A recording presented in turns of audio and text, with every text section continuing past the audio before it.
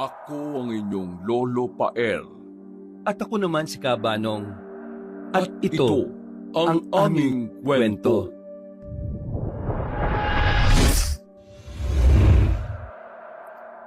Bata pa lamang si Narda ay hindi nalingid sa kanya ang katauhan ng kanilang pamilya.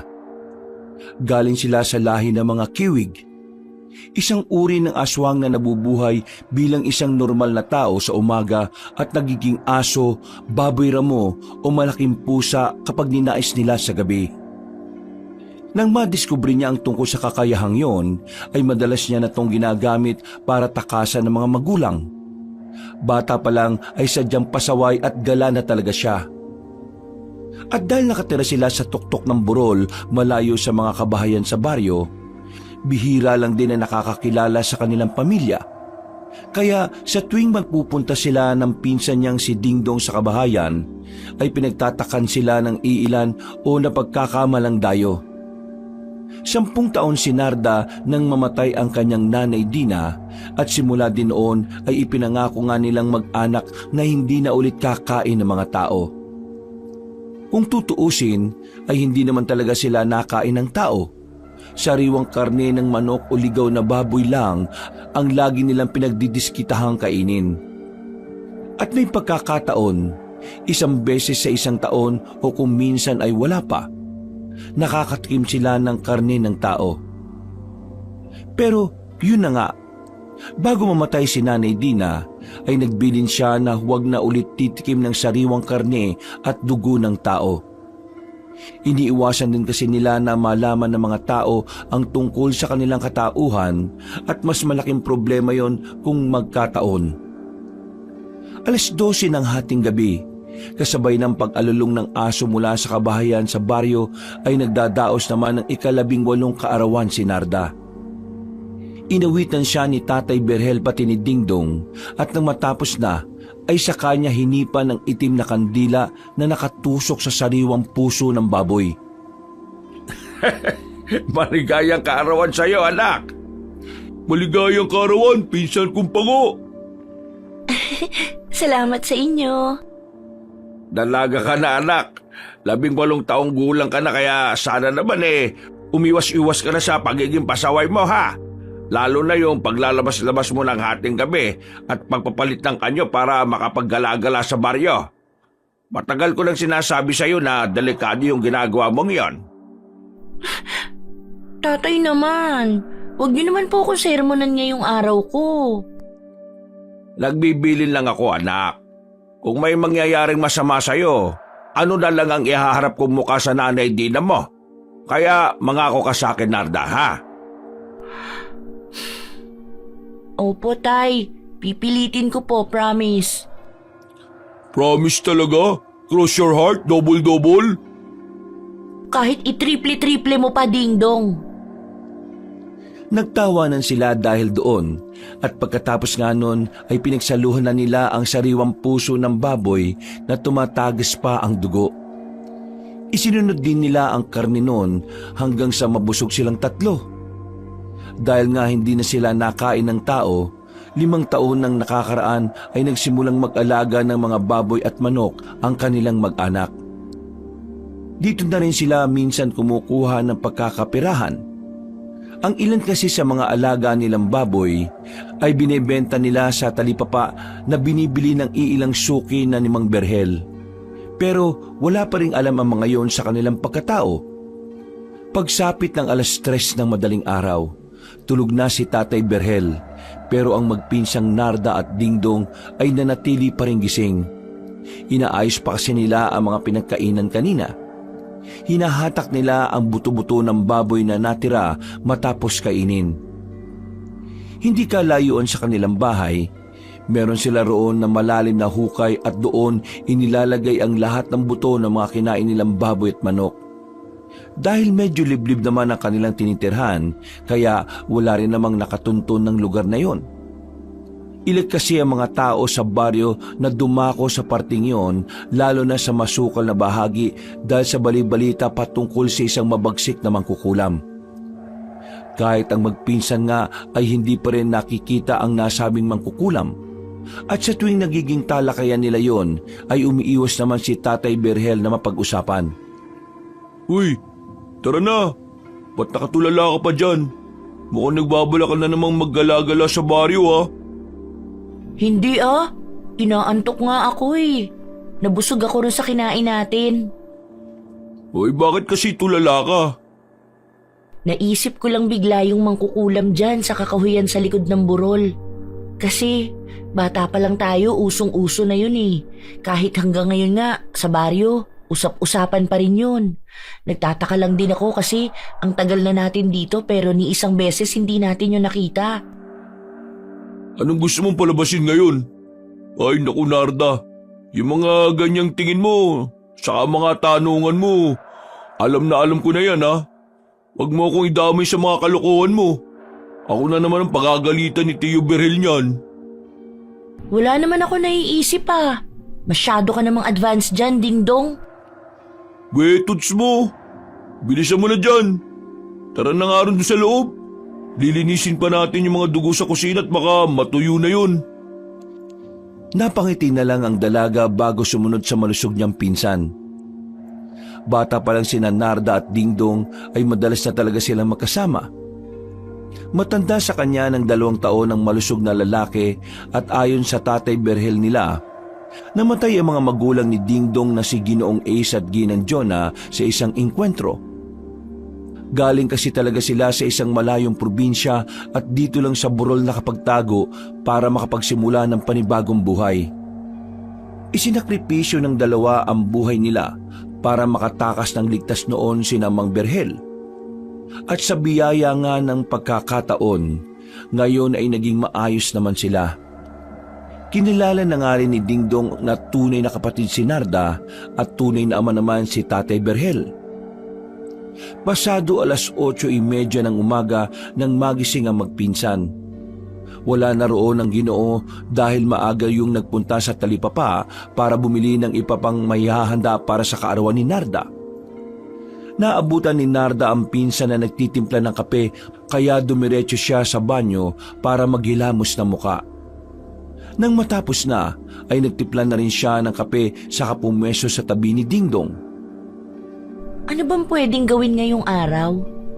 Parang ang boring nitong kaarawan ko Wala namang araw sa'yo na hindi boring eh. Parang may gusto akong gawin ngayon eh. Hindi ko lang alam kung ano. Naku! Yan ka na naman. Kung ano man yung naiisip mo, huwag mo nang ituloy at madadamay na naman ako sa kalokohan mo ha. Magpunta kaya tayo sa kabahayan, Ding. Gusto ko sana mag-imbita ng mga bisita, kahit kakaunti lang. Ano sa palagay mo? Pwede naman. Ang tanong kung may sasama sa'yo. May kaklose ka rin ba sa kabahayan ha? Tsaka, alam mo naman ng mga taong baryo, takot na takot pumunta sa bahaging to. Hindi naman dahil sa atin kundi dahil sa mangkukulam sa kakahuyan. Napaismid na lang muna si Narda bago uminom ng kape. Ganun na rin ang ginawa ni Dingdong habang pareho silang nakatanaw sa malayo. Ilang saglit pa, nang maubos na ang kape, ay saka tumayo ang dalaga at tinanaw ang kakahuyang kitang-kita mula sa kanyang pwesto. Kung malalaman lang ng mga taga-baryo na wala naman talagang mangkukulam, siguradong hindi matatakot yung mga iimbitahan kong magpunta rito sa atin. Anong sinasabi mong hindi totoo mangkukulam? Totoo yun, no? Sabi-sabi lang yun para maprotektahan ang kakahuyan. Gusto mong patunayan ko sa'yo? Yan ka na naman Sumisegue ka pa para lang makapunta tayo ron. May punto naman ako Hindi ka ba napapaisip kung totoo o hindi ang mangkukulam? Isa lang ang paraan para mapatunayan natin ang totoo. Pumunta tayo ngayon doon. Ay nako, hindi. Bahala ka sa buhay mo, Narda Sus, naduduwag ka lang Ikaw lang talaga ang kilala kong aswang na duwag. Ang laki-laki mong tao, ang lusog-lusog, pero napakaduwag mo, Dingdong. Sabihin mo lang lahat, Narda. Di ako mahuhulog sa mga gusto mo mangyari. Bahala ka dyan. Okay, aalis na ako. Kiwig na duwag. O na. Nak ng baboy mo naman Tara na at magpunta ron. Pero doon lang tayo sa bukana ha. At huwag na magpunta sa masukal na parte ng kakahuyan ha. Okay, ano pang ginagawa mo dyan? Magbihis ka na para bago dumating si tatay nakauwi na rin tayo. Madadawit na naman ako sa kalokohan mong pasaway at galang kiwig ka eh. Pagbigyan mo na ako. Araw ko naman to ngayon. Bukas hindi na ako mangungulit sa'yo, promise, Insan. Napakamot na lamang sa ulo ang malusog na binata bago magpunta sa kusina para hugasan ang mga tasang ginamit nila sa pag-inom ng kape. Makalipas nga ang ilang minuto, nang makapaganda na silang dalawa ay dali-daling nagtungo ang magpinsan sa nasabing kakahuyan. Habang mabilis na naglalakad papuntang bukana ng gubat ay nagmasid-masid muna si Dingdong sa paligid at nakikiramdam. Si Narda naman ay masaya lang sa paglalakad habang hinahawi-hawi ng hawak niyang tuyong kahoy ang ilang talahib na dinaraanan nila. Hindi alintana ng dalaga ang kung anong meron sa kapaligiran. Hindi katulad ng kanyang pinsan na napaka-alerto. Hindi pa man kasi sila nakakapasok sa masukal na kakahuyan ay nararamdaman na nila ang kakaibang bigat sa paligid. Uy, Narda, sigurado ka ba na talaga nagagalugarin natin yung gubat? Dito pa lang, ramdam ko na yung bigat ng presensya eh. Sigurado akong meron nga talagang masamang mangkukulam dyan. Ikaw naman, Dingdong. Masyado ka namang negatibo ka agad. Wala naman tayong gagawin kahit ano. Aalamin lang natin ang totoo. Kung meron, edi at least alam na natin. Kung wala naman, edi mapapanatag ang loob natin pareho. Mapapatunayan pa natin sa mga taga-baryo na hindi totoo ang mga bali-balita tungkol sa sinasabi nilang masamang mangkukulam. Ay naku, basta, kinakabahan ako sa plano mong to. Huwag ka nang kabahan. Ang aga-aga pa eh. Hindi naman katulad natin ng mga mangkukulam eh. Wala silang pinipiling oras kung gusto nilang gumawa ng hindi maganda sa kahit na sino. Hindi pa man natatapos sa malusog na binata ang pagsasalita, ay nakarinig na sila ng pagsigaw. Boses yun ng bata kaya kagad silang nakatinginan na punong-puno ng pagtataka. Ha? Boses ba yun ng bata? Oo nga. Boses nga ng bata. Pinakinggan nila ulit ang boses at sa ikatlong pagkakataon ay sinundan na nila ang pinanggagalingan nun. Sa kabutihang palad ay natuntun nila ang kinaroroonan ng tinig at nang makita nila na isang patpating batang lalaki ang humingi ng tulong ay dali-daling umaksyon ng magpinsan. Kagad nilang sinaklolohan yon na nakakapit sa nakauslim bato na malapit na ring mabuwal. Mabuti na lang ay naabutan kagad nila yon dahil kung nagkataon ay mahuhulog na yon sa bangin. Nang mahatak na ni Dingdong ang patpating batang lalaki ay nakahinga sila na maluwag. Hay nako bata ka, oo. Anong ginagawa mo rito sa kakahuyan ha? Alam mo bang delikado rito? Natigilan na si Narda sa pagsasalita dahil nakita niyang mangiyak-ngiyak na ang batang lalaki. Pasensya ka na kung natarayan kita. Gusto ko lang naman kasing ipaintindi sa'yo na delikado sa lugar na to. Alam mo bang meron ditong gumagalang... Oo, huwag mo nang ituloy ang sasabihin mo. Tatakutin mo pa yung bata eh. Kita mong takot na takot na dahil kamunti ka na mahulog sa bangin. Hay, parang gusto kong maging dragon at bumuga ng apoy sa tuwa. Kaya mo bang mag-anyong dragon, ha? Ewan ko sa'yo, Dingdong. Maraming salamat po sa inyo, ate, kuya. Walang anuman, bata. Ano bang pangalan mo? Ako po si Totoy Bibo. Totoy Bibo? Eh di ang galing-galing mong sumayaw niyan. Po? Ano po? Totoy Bibo, huwag mo na munang pansinin yung dambuhala na yan. May tanong pa ako sa'yo. Anong ginagawa mo rito sa kakahuyan, ha? Inaanap ko po kasi yung tatay ko eh. Sabi sa akin ng kapitbahay namin, dito raw nagpunta ang tatay. Ha? Bakit naman pupunta rito ang tatay mo? Taga-baryo ba kayo? Anong pangalan ng tatay mo? Si Tatay Bon po, Bon Navarro. At opo, taga-baryo po kami. Taga-baryo naman pala kayo. Imposibleng pumunta rito sa kakahuyan ng tatay mo. Alam niyang delikado sa lugar na to dahil may... Basta, delikado rito, Totoy Bibo, kaya umuwi ka na. Salamat po sa tulong niyo sa akin pero hihintayin ko po ang tatay eh. Sabi po kasi ng kapitbahay namin kaya nagpunta dito sa kakahuyan si tatay para hanapin yung manggagamot. May sakit po kasi ang nanay ko ngayon at gagaling daw siya kapag ginamot ng babaeng taga rito sa kakahuyan. Nagkatinginan na magpinsan matapos yung marinig at doon ay naintindihan nila ang isang bagay. Kaya nilapitan ni Narda ang batang lalaki para paliwanagan. Ganito na lang.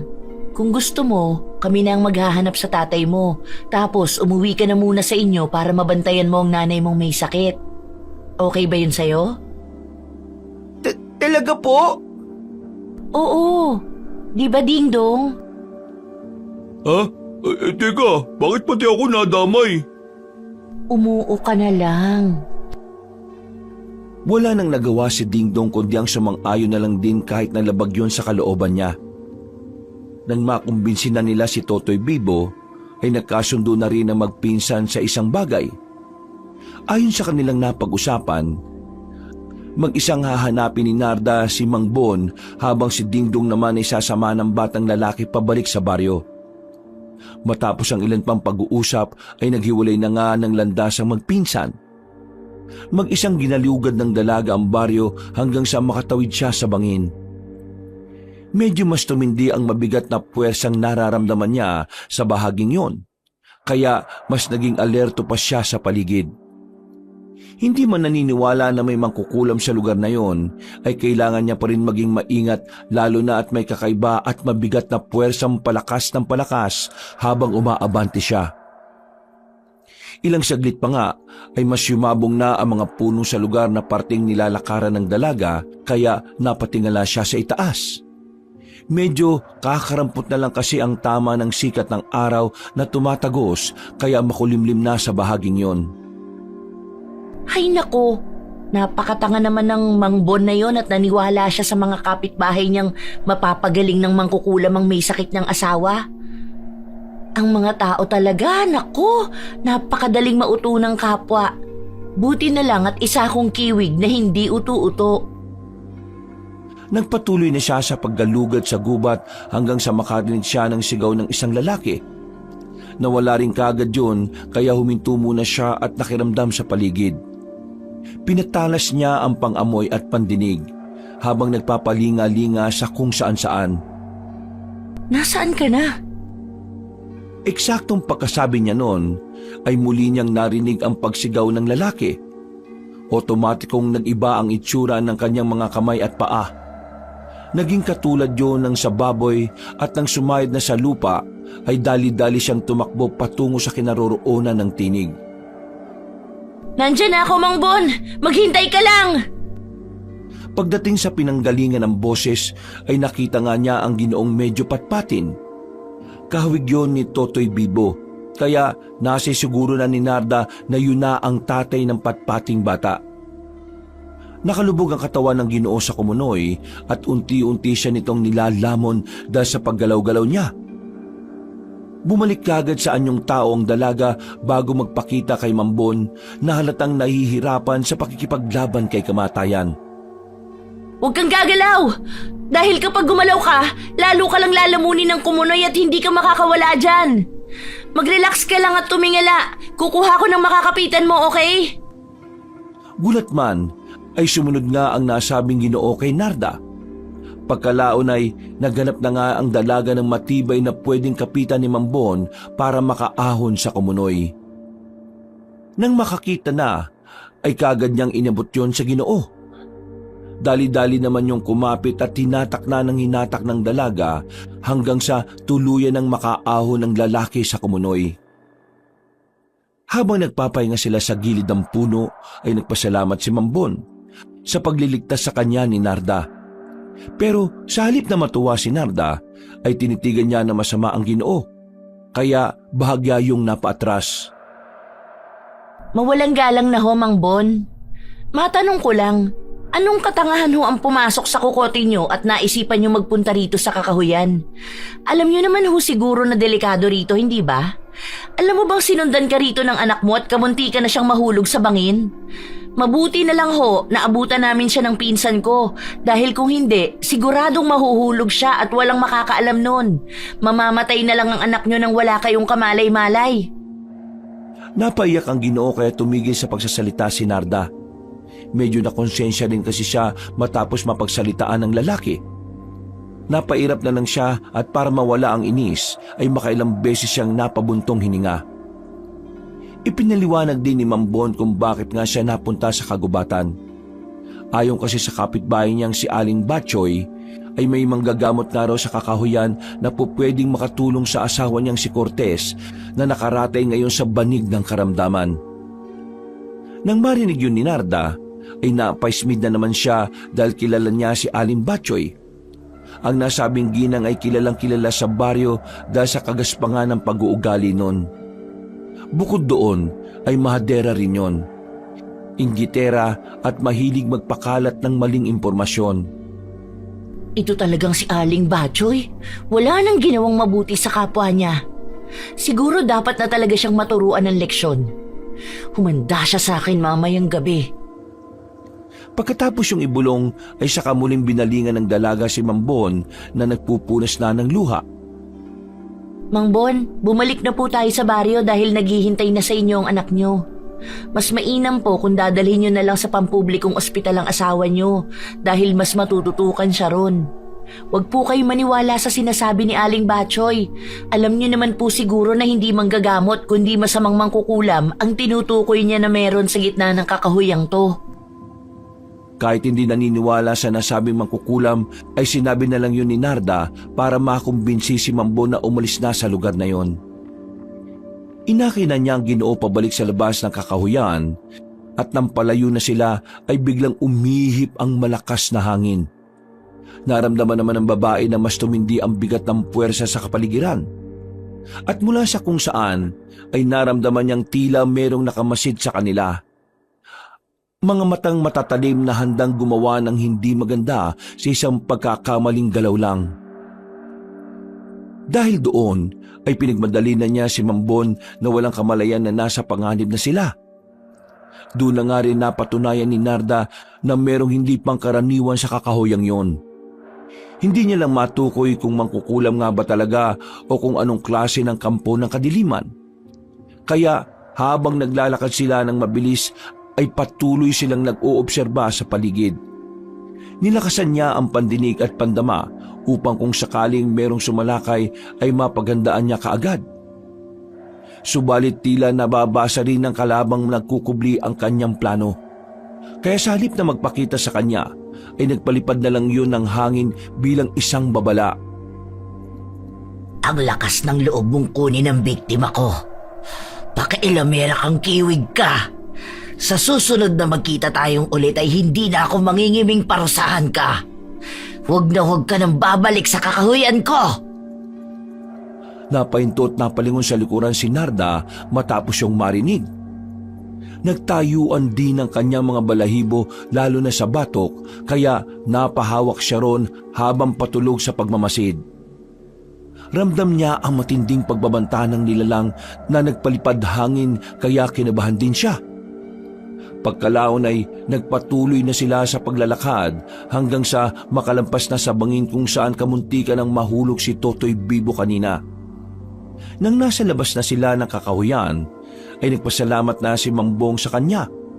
Bumalik na rin to sa baryo habang siya naman ay nanatili lang muna roon. Nang mawala na sa paningin ang lalaking sinagip niya, ay muli siyang bumaling sa kakahuyan. Grabe naman kung makapagbanta yun sa akin. Paano kaya niya nalaman na isa akong kiwig? Totoo ngang may mangkukulam sa kakahuyan pero hindi ako natatakot sa kanya. Kakahuyan niya raw? Shh! Walang nagmamay-ari sa gubat na yan kaya wag niyang maangkin-angkin. Pagkatapos sabihin yun ay bumalik na muna ang dalaga sa bahay nila kung saan inaabutan niya si Tatay Berhel sa kusina. Nagluluto ang Ginoo ng mga pinamili nito kanina. Tay, ano po yung niluluto niyo? Hindi na po dapat kayo nag-abala pa. Baka lang anak may mga bisita kang magpunta. Nakakaya naman kung wala silang makakain. Si tatay naman. Alam niyo naman pong takot ang mga tao na pumunta sa bahaging to kasi malapit na malapit tayo sa kakahuyan ng mangkukulam. At saka wala naman po ako mga kaibigan masyado ron sa kabahayan. Alam ko na naman na gusto mong mag-imbita ng bisita. Sige na, pumunta ka sa kabahayan para maiba naman ang kaarawan mo. Hindi yung palaging tayong tatlo na lang ang nagdaraos. Dahil sa sinabing yun ni Tatay Berhel ay ganun na lang ang tuwa ng dalaga. Niyakap niya ng mahigpit ang ama dahil kahit mga kiwig sila ay suportado ng Ginoo ang pakikipagkaibigan nila sa mga ordinaryong tao. Aba, ngayon mo na lang ulit ako niyakap pa. Salamat po talaga, tay. Plano ko po talaga na mag-imbita ng kahit konting bisita. Siya nga po pala, nasan si Dingdong? Hindi ko alam. Akala ko nga magkasama kayong dalawa eh. Siguro hinatid niya si Totoy Bibo. Alam ko na. Tama. Iimbitahan ko na lang si Totoy Bibo rito pati yung tatay niyang si Mang Bon. Okay lang ba yun, tay? Oo naman. Sige na at bilisan mong mag-imbita para pagdating nyo rito luto na ang mga pagkain na ihahanda ko. Pagtangon ng dalaga ay dali-dali siyang lumabas ng bahay at nagpunta sa kabahayan. Hinanap niya kaagad ang pinsan sa pamamagitan ng pag-amoy dito. Tinalasan niya ang pang-amoy hanggang sa masundan ang kinaroroonan ng bahay ni Mambon at Totoy Bibo. Nakita niya nga rin doon ang kanyang pinsan na nakikipag-usap sa Ginoo. Nang makita siya ng patpating batang lalaki, ay kumaway yun sa kangumiti sa kanya bago lumapit. Ate Narda! Ate Narda! Tara po rito! Kumusta ka na? Okay ka na ba, ha? Opo, salamat po ulit sa paglilitas sa akin pati sa paghahanap kay tatay ha. Walang anuman. Mabuti at naabutan ko kayo rito. Mang Bon, Totoy Bibo, kung okay lang po sa inyo, iimbitahan ko po sana kayo sa bahay. Birthday ko po kasi ngayon Kaya pwede kayong mananghalian sa amin at mag-uwi na rin ng ibang pagkain. Tay, gusto ko pong pumunta sa bahay nila Ate Narda at Kuya Dingdong. Pumayag naman si Mambon, pero yun nga lang ay hindi siya makakasama dahil dadalhin nga ngayong araw ang kanyang asawa sa pagamutan. Hinihintay na lang din nila ang sasakyan na susundo para makaalis na. At maya-maya pa nga ay dumating na ang patrol kung saan kaagad isinakay si Aling Cortez. Sumama si Bon at ipinagkatiwala na muna niya ang anak sa magpinsan. Nang makalis na ang sasakyan ay saka gumayak si Totoy Bibo. Habang naghihintay si Narda at Dingdong ay napatingin sila pareho sa kalapit na bahay. Doon ay nakita nila ang isa sa pinakakinaiinisang tao sa baryo. Walang iba kundi si Aling Batchoy. Nakapaling ang atensyon ng ginang sa patrol na papalayo na at nang mawala yun sa kanyang paningin ay saka naman sila pasimpleng nilingon ng babaeng malusog. Umismid pa yon kay Narda bago pumasok sa loob ng bahay noon. Napansin to ni Dingdong kaya napapangiti niyang nilingon ng babae. Nakita mo yung pag-ismit sa'yo ni Aling Batchoy? Oo, para nga siyang tangay. Akala mo talaga kung sino yung babae na yan. Alam mo bang siya pala talaga ang dahilan kung bakit nagpunta si Mang Bon sa kakahuyan? Mabuti na lang at naabutan ko bago palamunin ng kumuno yun. Kahit kailan talaga napakasama ng ugali ng babaeng yan. Pinapahamak niya yung sarili niyang mga kapitbahay. Dapat sa kanya, siya yung mapunta ron sa kakahuyan para makita niya yung bagsik ng kung anong nandun. Ang ibig mo bang sabihin, nakita mo yung mangkukulam sa kakahuyan? Hindi. Pero may narinig akong boses na nagpalipad hangin sa akin, Ding. Kung ganon, totoo nga na meron mangkukulam doon, Narda. Hindi pa rin tayo nakakasigurado. Baka mamaya diwata yun, lamang lupa, engkanto, elemento, o kung anong kampo ng kadiliman. Pero ang mahalaga, sigurado na tayo na may panganib nga ron. O ano ng plano pagkatapos ng selebrasyon ng kaarawan mo? Maghintay ka mamaya dahil may bibigyan ako ng leksyon. Hintay-hintay ka lang, Ding. Gagawa ka na naman ng kalukuhan ha.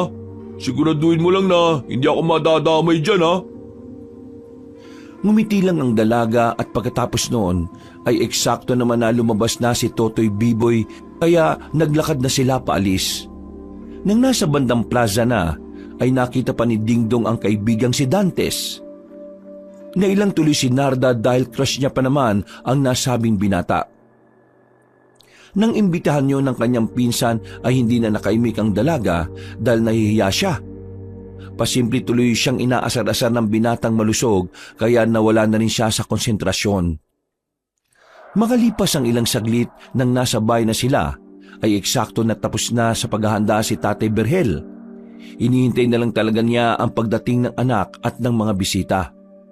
Kaya nang makita niya sina Totoy, Bibo at Dantes ay napangiti siya at pinaunlakan ng mga yon sa loob ng bahay. Salamat po. Napakaganda po pala dito sa lugar nyo. Nasa taas po kayo ng burol. Kitang-kita ang mga kabayan mula rito ah. Pwede ka magpunta rito kahit kailan mo gusto, Totoy Bibo. Basta wag lang gabi ha, kasi baka mag-alala mga magulang mo sa'yo. Sige po.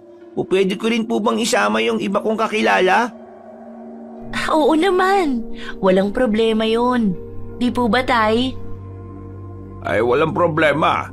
Basta magpapaalam lang kayo ng mabuti sa mga magulang nyo para hindi sila mag-alala ha. Alam nyo naman na karamihan ng mga nasa kabayan sa baryo hilag lang magpunta rito lalo na't malapit kami sa kakahuyan ng... Tay, awat na po. Kakain na po kami dahil mukhang gutom na sina Totoy Bibo at Dantes. Sige, mabuti pa nga. Magkanya-kanya na lang kayo ng sandok at magpupunta muna ako saglit sa likod ng bahay para pakainin ang mga alaga nating manok at baboy. Magpapahinga rin muna ako pagkatapos kaya kayo na muna ang bahala dyan ha. Maligayang kaarawan ulit anak at magpakasaya ka lang. Salamat po, Tay. Pagkaalis ng Ginoo ay nagkanya-kanya nang ang pagsasandok ng pagkain ng apat. Habang kumakain at kausap si Totoy Bibo ay pasimple-simpleng napapatingin ng dalaga kay Dantes. Hindi talaga niya maiwasan na mahumaling sa muka at amoy ng binata. Parang napakabango ng dugo ni Dantes sa pang-amoy ni Narda. Sa hindi tuloy malamang dahilan ay biglang naglaway ang dalaga.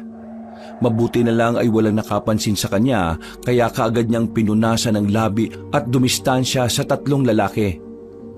Medyo kinabahan din siya dahil ngayon lang nangyari ang ganito. Natatakot siya baka hindi makontrol ang pagkaaswang at bigla na lang siyang mag-anyong kiwig at baka masakmal ang natitipuhan niyang binata. Huwag naman sana. Narda, kontrolin mo ang sarili mo, please lang. Huwag kang magkakalat ngayong kaarawan mo. Nako, pare-parehong mapapahamak ang tatay at pinsan mo kapag bigla kang nawala sa sarili. Ayaw niya mang palisin si Dantes dahil baka masaktan yun, kaya gumawa na lang ang dalaga ng paraan. Tinakpan niya ng panyo ang ilong na pinagtakan ni na Totoy, Bibo at Dantes. Ate, bakit ka po nagtatakip ng ilong? Oo nga, para kang tanga. Ay, oo nga. Pagpasensyahan nyo na yung sinarda ha. Medyo malakas kasi ang pang-amoy niya pagdating sa mga paminti. Naparami yata ang lagay ni Tatay Berhel sa mga niluto kaya ganyan. Tama si Dingdong. Pasensya na kayo. Nakahinga na maluwag ang dalaga na matunugang kagad ng pinsan niya ang nangyayari. Nagpasalamat na rin siya sa matabang lalaki. Sinalo kasi siya nito sapagkat hindi pa rin siya makapag-concentrate dahil nga kahit nakatakip na ang ilong ay naaamoy niya pa rin ang sariwang dugo ni Dantes. Mabuti na lang din ay hindi nagtagal doon ng dalawang bisita. Isinabay na ni Dantes si Totoy Bibo sa pagbalik sa kabahayan. Pinabaunan pa nila ang mga ito para may maiuwing pagkain. At nang makaalis na ang dalawa ay kaagad tinanggal ng dalaga ang takip sa ilong. Ano ba itong nararamdaman ko? Bakit ganito? Ano bang nangyayari sa'yo, Narda? Humahalimuyak yung amoy ng sariwang dugo ni Dantes. Hindi mo ba naaamoy yun? Habang nalalanghap ko para kung sarap na sarap, kaya ilang beses ako naglaway kanina. Dumidistansya na nga ako dahil natatakot ako na hindi ko makontrol ang sarili ko. Baka bigla ako magpalit ng anyo at masakmal ko siya. Naamoy ko siya pero hindi naman humahalimuyak. Yung natural na pang-amoy lang nating mga kiwig. Maniwala ka, Ding.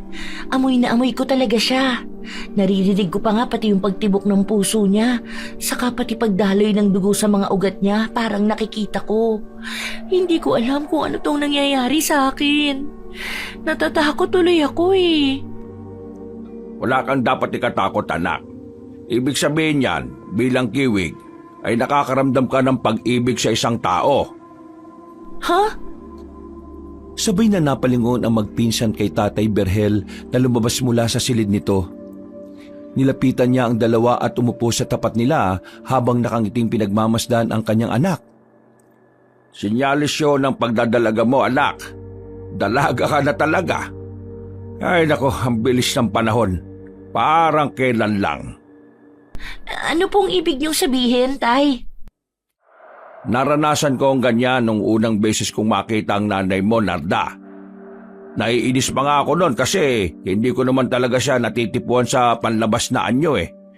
Pero hindi ko malabanan ang nasa kalooban ko. Napakalakas ng halimuyak ng nanay mo kahit na ang layo niya sa akin. Naamoy ko siya at sinusundan kahit saan. Hanggang sa mapagtanto ko na nga lang na siya pala talaga yung nagugustuhan ko. At ganun din naman siya sa akin. Normal po ba sa kagaya nating kiwig ang magkagusto sa ordinaryong tao? Oo naman. Wala namang pinipili ang pag-ibig at kapag tumibok ang puso natin para sa isang tao wala na tayong magagawa kundi sundin ito. Dahil kapag pinaglabanan natin, tayo rin naman ang mahihirapan sa huli. Basta anak, hindi ako hadlang sa kung sino ang magugustuhan mo. Maging maingat ka lang. Dahil hindi katulad ko, nagustuhan ko ang nanay mo na kauri natin. Isa ring kiwig. Pero iba naman ang sitwasyon mo. Ordinaryong tao si Dantes, kaya mag-iingat ka. Magmahal ka para sa sarili mo pero isipin mo rin hindi lang ang kapakanan mo ha. Pero pati na rin ang buong pamilya natin. Ano po bang gagawin ko, Tay? Katulad nga ng sinabi ko kanina, wala kang magagawa kundi sundin ang nasa puso mo. Ihanda mo lang ang sarili mo dahil hindi lahat ng gusto natin gusto rin tayo. Kung sakaling magkaiba kayo ng nararamdaman, kailangan mo siyang palayain. Sana all may pag-ibig. Sana all ma-love life. Ay nako, kailan kaya ako makakaganyan para naman makarelate ako sa usapan? Napatawa si Tatay Berhel dahil sa sentimiento ng kanyang pamangkin. Si Narda naman ay pasimpleng natahimik at inisip ang mga sinabi ng kanyang tatay. Tumimo sa puso ng dalaga ang mga binitiwang salita ng ama. Naghalo ang tuwa at kaba dahil tama nga naman si Mang Berhel na kung sakaling magkaiba sila ng nararamdaman ni Dantes ay kailangan niyang palayain ang binata kahit na masakit para sa kanya. Mabilis na lumipas ang oras. Pasado 12:00 ng hating gabi ay bumangon si Narda sa higaan. Pagsilip niya sa kwarto ng ama ay tulog na yon kaya nagpunta siya sa likod ng bahay para mag-ayos ng sarili. Nang nasa kubo na ay nakita niya ang pinsang si Dingdong na nagtatanggal ng balahibo ng isang manok. Hindi patay ang nasabing hayop pero hindi yun nakakapag-ingay dahil hawak niya ang tuka. Kakain ka pa rin? Ang dami na nating pagkain kanina. Iba pa rin talaga kapag sariwang hayop ang kinakain Ano, gusto mo ba? Busog pa ako. Nakontento naman ako kanina sa kinain natin kahit papano.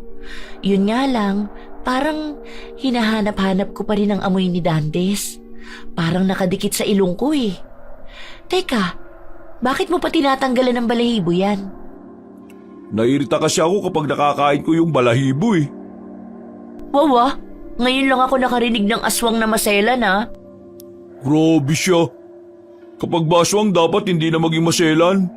Tao rin naman tayo na dapat sibilisado at maging mapilit sa kinakain, di ba? Ewan ko sa'yo. Maiwan na nga muna kita dyan. Pupunta lang ako sa kabahayan. Uy, magagala-gala ka na naman. Mag-ingat ka ha.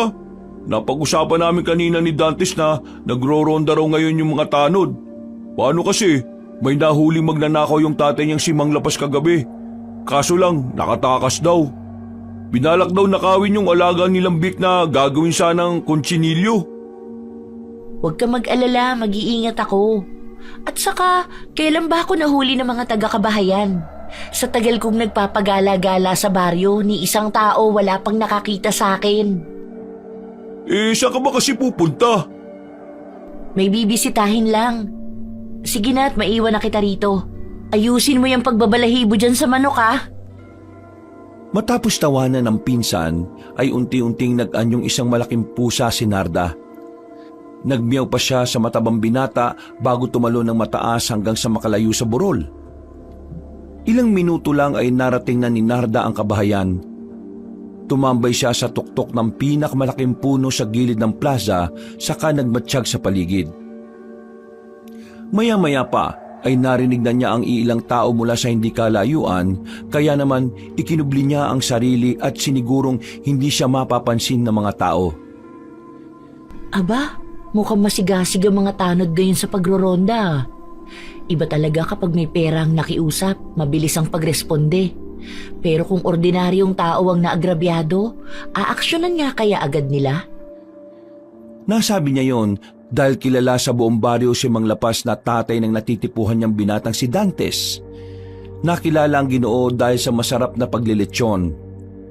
Ito rin ang nagpaalwan ng kanilang buhay, kaya naging dahilan to ng pagiging matapobre ng Ginoo.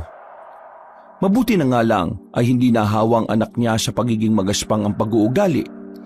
Ibang-iba kasi si Dantes na talagang mapagpakumbaba at mabait sa kahit na sino. Habang papalapit ang mga nagro-ronda, ay isa-isa silang pinagmasdan at pinakinggan ng dalawang kiwig. Narinig niya ang mga pinag-uusapan ng mga tanod na patungkol nga sa nasabing magnanakaw. Ang hinala ay isang trabahador ang gumagawa noon dahil hindi pinasweldo ng tama. Doon mas naintindihan ni Narda ang rason na magnanakaw kaya yun nagawa. Kaya naman pala ninakawan si Mang Lapas. Kasalanan niya rin naman pala eh. Kahit sino naman siguro ang hindi pasahuri ng tama at wala sa ayos, gagawin ng ganon lalo na't nangangailangan ng pamilya. Pinagmasdan niya lang ang mga tanod hanggang sa lumiko na pabalik sa tanggapan ng baryo. Muling nagmasid sa paligid ang dalagang kiwig hanggang sa mahagip ng pansin niya ang bahay ni na Totoy Bibo. Kumusta na kaya yung batang yun? May kasama kaya siya ngayon sa kanila? Bumalik siya sa pagiging anyong malaking pusa at muling lumundag, papunta sa bahay ni Totoy Bibo. Nagtahulan naman ang mga aso mula sa kung saan-saan matapos maramdaman ang kanyang presensya. Napapangiti lang siya habang pinapakinggan ang tahulan ng mga aso. Pagkalaon nang lumagpak siya sa tapat ng isang bakuran ay umamba ang malaking itim na aso. Pero nabahag din ang buntot nito matapos niyang titigan ng matalim at angilan. Umiyak-iyak pa to bago magtago sa kulungan. Pasaway ka kasing aso ka eh. Mula sa pagiging malaking pusa ay ginawa niyang normal na anyo ang pagiging pusa. At katulad ng nasabing hayop ay tahimik siyang naglakad hanggang sa makarating sa tapat ng bahay ni Totoy Bibo. Humanap siya ng daan at na makapasok na sa loob ng bahay ay ginalugad niya to hanggang sa makita ang batang lalaki. Nahihimbing na yun sa pagtulog pero walang kahit na sinong kasama. Nag-anyong tao ulit siya at pinagmasdan saglit ang patpating bata.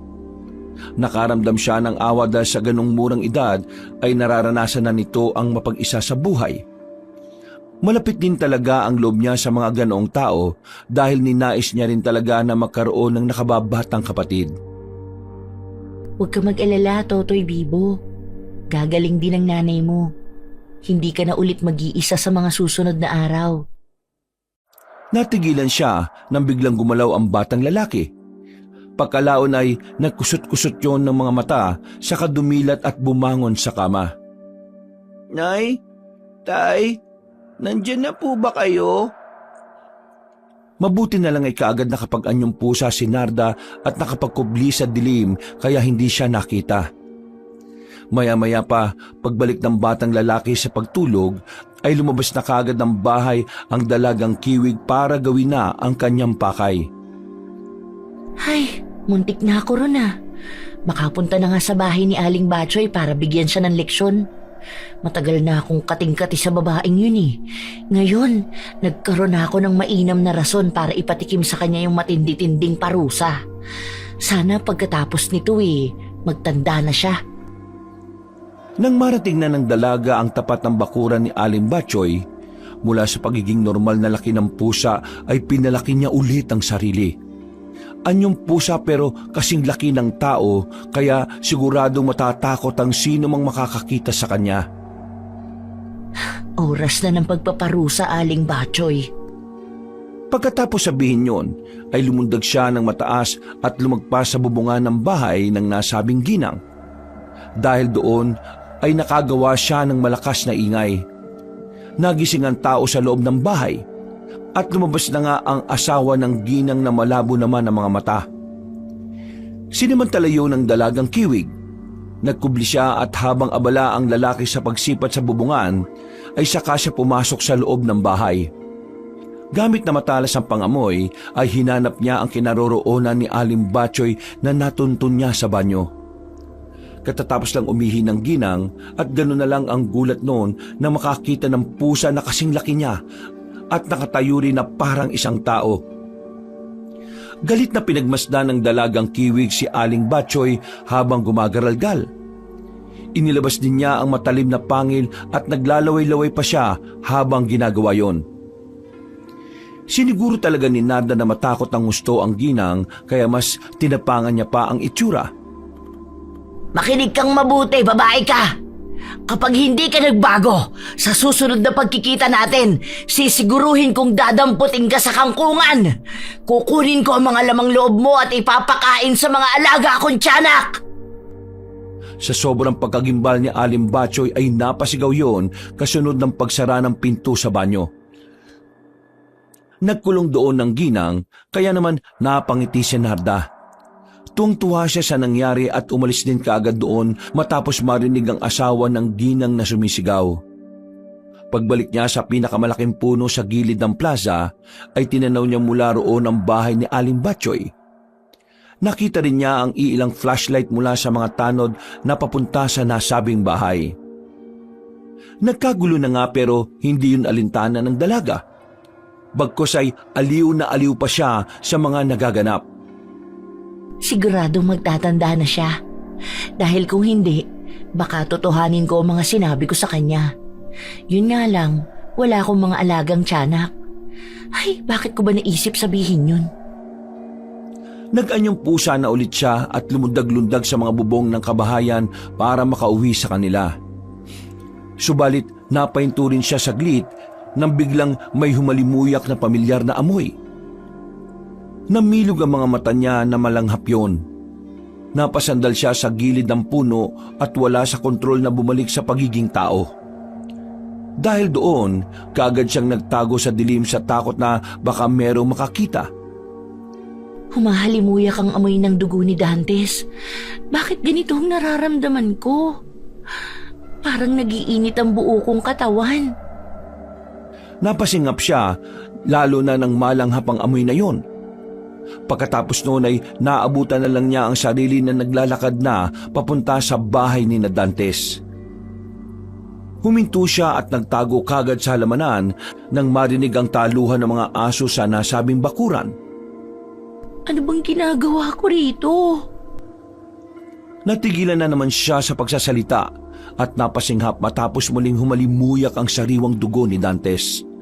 Sa pagkakataong yon ay parabang nawala sa sarili ang dalaga kaya naman hindi na niya nakontrol ang pagpapalit ng anyo. Naging isa siyang itim na aso na agad na tumalon sa bakod. Sinundan niya ang kinaroroonan ng amoy at tuminto sa tapat mismo ng bintana. dumungaw siya rito kung saan nakita niya ang nahihimbing sa pagtulog na si Dantes. Napasinghap na naman siya na wiling-wili sa naaamoy. Pakiramdam ng dalagang kiwig ay para siyang inaanod ng malamyang agos ng tubig sa ilog. Pumikit siya at hindi na inalintana ang kapaligiran. Ang mahalaga sa kanya ay malanghap ng malanghap ang sariwang dugo ng binata na parang mabangong bulaklak. Tila nagising na lang siya sa ulirat nang marinig ang malakas na ungol ng aso. Paglingon sa bandang kaliwa ay naroon ang dalawang lalaking aso na galit at naglalaway. Inangilan niya rin ang mga yon dahil parang umuungot-ungot yung mga yon sa takot. Sinundan na yon ng pagbukas ng ilaw mula sa kasunod na kwarto. Pagkatapos ay narinig na niya ang nagngangalit na boses ni Mang Labas. Naloko na. Bago pa niya matapos ang pagsasalita ay bumukas na ang bintana sa kabilang silid at nakita niyang dumungaw mula roon ng malaking tao na bruskuhin ang pagmumuka. Yon ang tatay ni Dantes na si Mang Lapas, ang may-ari ng litsunan sa kanilang baryo. Nang makita siya ng bruskong Ginoo, ay galit yung napasigaw habang tinuturo siya. Anak ng lechon! Kanino na namang aso yan? Dali-dali siyang tumakbo dahil nakita na rin niyang bumukas ang ilaw sa kwartong kinaroroonan ni Dantes. Naramdaman niya rin ang presensya ng binata na papalapit sa bintana kaya lumundag na siya sa bakod. Nagulat naman si Mang Lapas dahil sa taas ng bakuran nila ay nagawang makalundag ang ordinaryong aso. Hindi na nakita ni Narda ang reaksyon ng mag-ama pero nakasisiguro siyang gulat na gulat ang mga yon. Kaya dire-diretso na siya sa pagtakbo habang nasaan yung aso. Nang mapadaan na sa mga kapunuan ay lumundag siya sa mga mangga at saka nagpalit anyo bilang pusa. Doon ay maingat na siyang napatalon-talon sa mga puno hanggang sa makarating sa ibaba ng burol. Huminto siya at nagpalinga-linga sa paligid. Nang masigurong ligtas na ang lugar ay saka siya nagbalik sa pagiging tao. Sumandal muna siya sa nasabing puno bago makailang beses na bumuntong hininga. Muntik na ako ron ah. Ano na naman ba itong nangyayari sa akin? Ganito ba talaga ang epekto ng sinasabi ni tatay? Ang hirap naman pala kapag nakakaramdam ng pagmamahal ang isang aswang. Parang hindi ko nakokontrol ang sarili ko.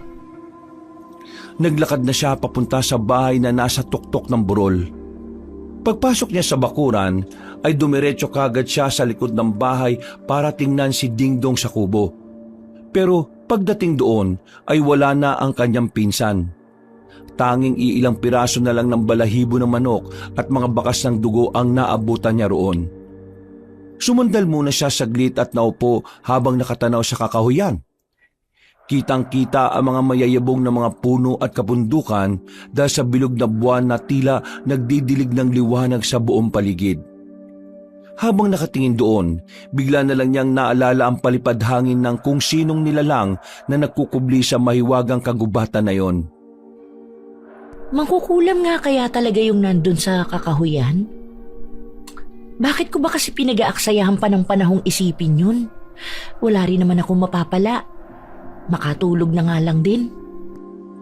Pagpasok niya sa loob ng bahay, ay pinagmasdan niya muna ang kanilang orasan.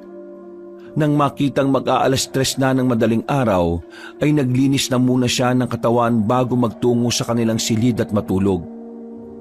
Kinabukasan, paggising ay ang tungkol sa nangyari kaninang madaling araw ang bumungad kay Narda.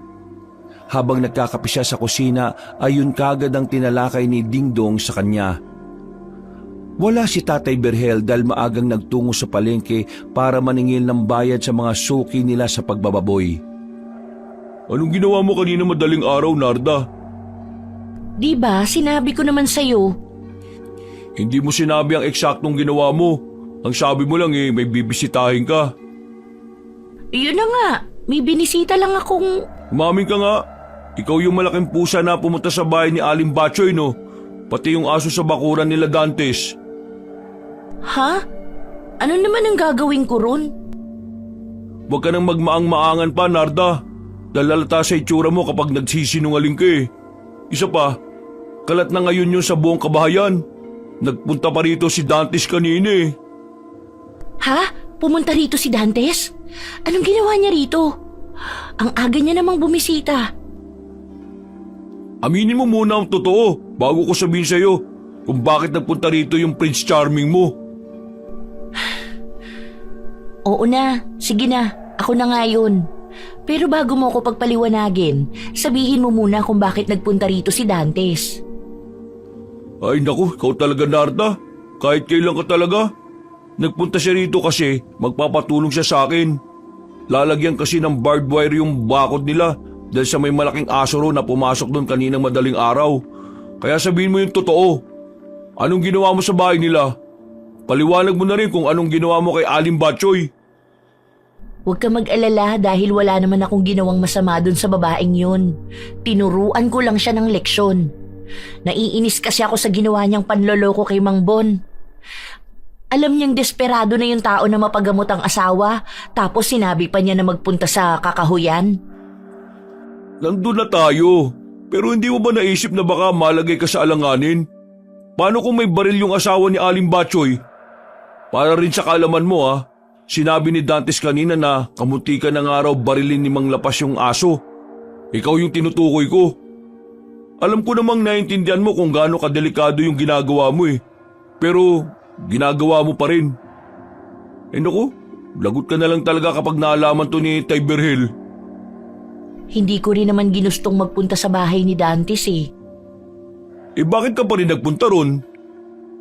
Pauwi na ako rito noon galing sa bahay ni Aling Batchoy, pero biglang humalimuyak ang amoy ng dugo ni Dantes. Hindi ko nakontrol ang sarili ko.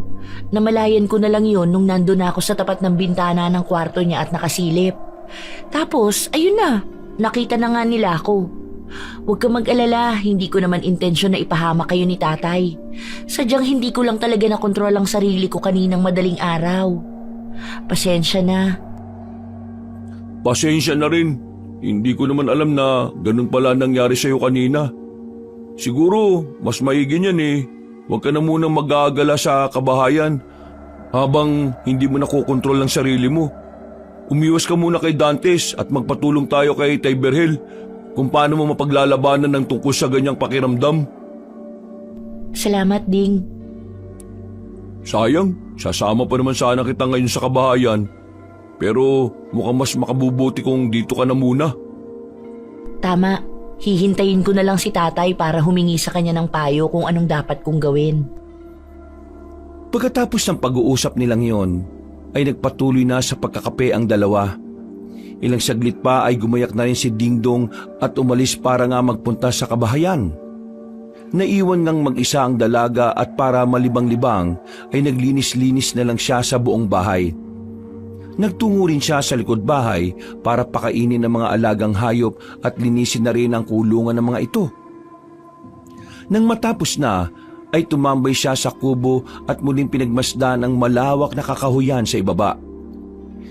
Nilanghap niya ang sariwang hangin at ninamnam ang ganda ng tanawin. Tila napawi kagad ang pagod niya dahil doon, kaya napapikit siya at bahagyang umidlip. Hanggang sa bigla rin siyang napadilat matapos marinig ang boses ng isang babae mula sa kakahuyan. Tumayo siya at tinalasan ng mga mata at pandinig habang nagmamasid-masid sa ibaba ng burol. May nangangailangan ng tulong. Nang matuntun niya ang kinaroroonan ng humihingi ng tulong, ay dali-dali siyang nag-anyong pusa ang kanyang mga paa at kamay. Hindi tipikal sa mga kiwig ang mag-anyong aswang kapag umaga. Mahina kasi ang kapangyarihan nila kaya kung gagawin yon ay hindi buong pagpapalit anyo. Ang mga kamay at paa lang niya ang pinagpalit niya ng anyo dahil para mapabilis ang kanyang pagtakbo. Wala na kagad inaksayang oras si Narda. Mabilis siyang tumakbo patungo sa kinaroroonan ng boses hanggang sa makalampas siya ng bangin. Mula sa mayayabong ng mga kapunuan ay nakita nga niyang isang batang babae na papalubog sa kumunoy. Bakit ang daming kumunoy sa gubat na to? Matapos magbalik sa anyong tao ay sinaklolohan niya kaagad ang batang babae. Pagkatapos niya yung kausapin, Nang sasamanan niya yon paalis sa lugar na yon, ay bigla na lang umihip ang malakas na hangin. Naramdaman na naman niya ang mabigat na presensya na nanggagaling mismo sa masukal na parte ng kakahuyan. Nang lingunin niya ang batang babaeng hawak, ay ganun na lang ang gulat niya dahil nag-iba na ito ng anyo. Hindi nagbago ang tangkad nun, pero nangalubutang mukha at namuti ang mahabang buhok na abot sa paanan. Nang mapadako ang tingin niya sa mukha, ay doon niya napansin ang kanang mata nito na namumuti at bulag na. Bumitaw kagad siya rito at tumakbang palayo matapos maramdaman ang nakakakilabot na puwersa ng kadiliman. Sino ka? Nasaan na yung bata? Kanina pa kita pinagmamasdan sa kinaroroonan mo mula rito. Hindi ba't sinabihan na kita na wag ka nang tatapak sa kakahuyan ko? Ha? Kakahuyan mo? Sino ka ba? Ako ang itim na mangkukulam na may-ari ng kakahuyang ito. At sino mang pumapasok dito ay pag-aari ko na rin. Mawalang galang na po, Manang Pero kahit kailan, walang kahit sinong magmamay-ari ng mga kagubatan. Anong sabi mo? Matanda na nga to. Bingin Tampalasan kang babae ka. Talagang sinusubukan mo ang pasensya ko Ipatitikim ko sa iyo ang bangis ng kapangyarihan ko. Teka lang naman po. Wala naman ako intensyon na masama. Niligtas ko lang yung batang babae. Teka, ikaw yung batang babae? Ibig sabihin, nilinlang mo ko para lang mapainan? Loko-loko ka rin naman pala, Manang Wala ka talagang modo! Dahil dyan, parurusahan kita! Bago pa makagawa ng masama ang mangkukulam, ay umaksyon na kagad si Narda. Itinulak niya ang matandang babae sa kumunoy at mabilis na tumakbo. Subalit, natigilan din siya kaagad dahil tila biglang nakalabo-labo ang mga puno sa paligid. Hindi na niya alam kung nasang parte na siya ng kagubatan. Walang iyakang babae ka! Sinusubukan mo talaga ang pasensya ko. Kampi pa rin talaga sa akin ang kakahuyan, kaya mabubulok ka na rito at hindi na makakalabas. Pagkatapos sa mga katagang yon, ay umalingaw-ngaw sa buong kagubatan ng nakabibingi at nakakakilabot na halakhak ng matandang mangkukulam. Nagpatuloy naman si Narda sa pagtahak ng daan kahit hindi na talaga niya alam kung nasaan siya. Makailang beses na siyang nagpabalik-balik sa iisang lugar, kaya naman huminto na muna siya at nagmasid-masid sa paligid. Pagkalaon ay napabuntong hininga siya habang nag-iisip ng malalim. Sira ulo yung matandang mangkukulam na yun Kapag nakakawala ako rito, humanda ka sa akin. Nagpatuloy pa rin siya sa paghahanap ng tamang daan. Subalit katulad pa rin kanina, tila ba nagtatago ang daan palabas ng kakahuyan. Ano na bang gagawin ko nito? Dapat makaalis ako sa lugar na to. Hindi ako papayag na makulong dito. Isa akong kiwig at hindi ako ordinaryong nilalang kaya makakaya ko to. Tinalasan niya ang pandama at nag-concentrate sa kanilang bahay. Pumikit siya at inisip ang daan palabas sa gubat hanggang sa tila makakita siya ng pulang lubid. Nang hahakbang na siya para sundan yun, ay bigla na lang may kung anong itim na aninong mapupula ang mga mata na nagputol sa nasabing lubid. Napadilat ang dalaga at napaatras. Naramdaman niya kasi ang mabigat na puwersa ng kadiliman na tila humatak sa kanya papunta sa pinakamasukal na parte ng gubat. Hindi po pwede to. Hindi ako pwedeng makulong sa lugar na to.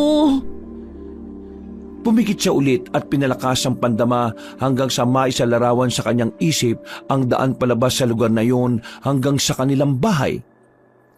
Maya-maya pa ay lumakas na rin ang kanyang pangamoy hanggang sa humalimuyak na naman ang sariwang dugo ni Dantes. At kitang-kita ng isipan niya sina Dingdong at Dantes nakadarating lang sa kanilang bahay. Dahil doon ay nakaramdam na naman siya ng kakaibang init ng katawan matapos maamoy ang tila mabangong samyo ng sariwang dugo ng binata. Pagdilat ng mga mata niya ay namumulan na yun. Naglalaway din siya na parang takam na takam hanggang sa bigla na lang nag-anyong pusa ang kanyang mga kamay at paa. Para na naman siyang nawala sa sariling isip. Mabilis siyang tumakbo at tinakang daan palabas ng gubat. Nang makita niya ang bangin, ay nakahinga na siya ng maluwag at doon na lang din tila bumalik ang kanyang diwa. Nakalabas na ako sa masukal na parte ng gubat. Kailangan ko na magmadali. Mas binilisan niya pa ang pagtakbo at nang malapit na sa pinakabukanan ng kakahuyan, ay bigla namang sumulpot ang matandang mangkukulam. Tinapunan siya noon ng nanlilisik na titig kaya napahinto siya saglit. Ano bang kailangan mo sa akin, tanda? Huwag mo akong tawaging tanda. Meron akong pangalan. Ako si Immaculada, ang mangkukulam na nagmamay-ari ng kakahuyang ito. Oo na, Manang. Sa'yo na tong gubat. Hindi ko naman inaangkin. Palampasin mo na ako dahil nagmamadali ako. Kung ano man ang ginawa ko kanina, pasensya ka na. Hindi ko mapapalampas ang ginawa mong pambabasto sa akin at panghihimasok sa kakahuyan ko. Haya na naman tayo sa pag-angkin mo sa kakahuyan eh. Ay, bahala ka sa buhay mo. Pero sinasabi ko sa'yo, Manang, hindi ako magpapatalo sa'yo. Hindi rin ako ordinaryong nilalang katulad mo at ang mga kiwig na katulad ko ay hindi mahilig magpadaig. Pagkatapos sabihin niyo ng dalaga, ay unti-unting nagpalit ng anyo ang kanyang mga kamay at paa. At pagkatapos ay mabilis siyang tumakbo para takasan na ang matandang mangkukulam. Nanatili si Inang Immaculada sa pwesto habang bumubulong ng mga orasyon. Naririnig na ni Narda ang patungkol sa orasyon o sumpa ng mga mangkukulam, kaya alam niyang hindi maganda ang gagawin ng kalaban sa kanya. Mas binilisan pa niya ang pagtakbo hanggang sa tila biglang huminto ang pagtakbo ng oras. Ramdam niya ang pag-slow motion ng kanyang pagtakbo at nang mapatingala siya, nakita niyang mabagal na paggalaw ng mga puno, ganun din ang paglipad ng mga ibon. Dahan-dahan siyang lumingon sa kinaroroonan ni Inang Immaculado at nanlaki ang mga mata niya nang makita yung nakangisi na parang isang demonyita. Patuloy din yon sa pagbikas ng mga salitang hindi maintindihan ni Narda kaya mas lalong kinabahan ng dalaga. Hindi niya ako pwedeng masilo. Pinilit ni Narda ang sarili na makakawala sa kung anong ginawa ng matandang babaeng mangkukulam hanggang sa biglang bumalik sa dati ang lahat. At dahil sa nawala ng kontrol ang dalaga ay hindi niya namalayang tatama na siya sa isang puno. Bago pa niya napigilan ng sarili ay nabunggo na siya nito. Bumagsak siya sa lupa at mahilo-hilong tumayo. Napatras siya bigla nang makita sa harapan si Inang Immaculada. Tinapunan lang siya noon ng masamang tingin habang patuloy sa pagbibikas ng orasyon.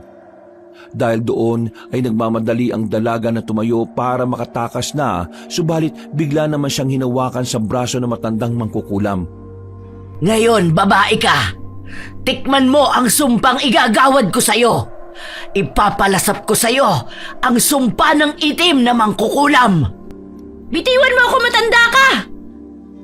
Kagad na hinawi ni Narda ang kamay ng matandang mangkukulam saka tumakbo palayo. Nang makalampas na siya sa bukana ng kakahuyan ay sakalang siya huminto at pinagmasdan ng kalaban.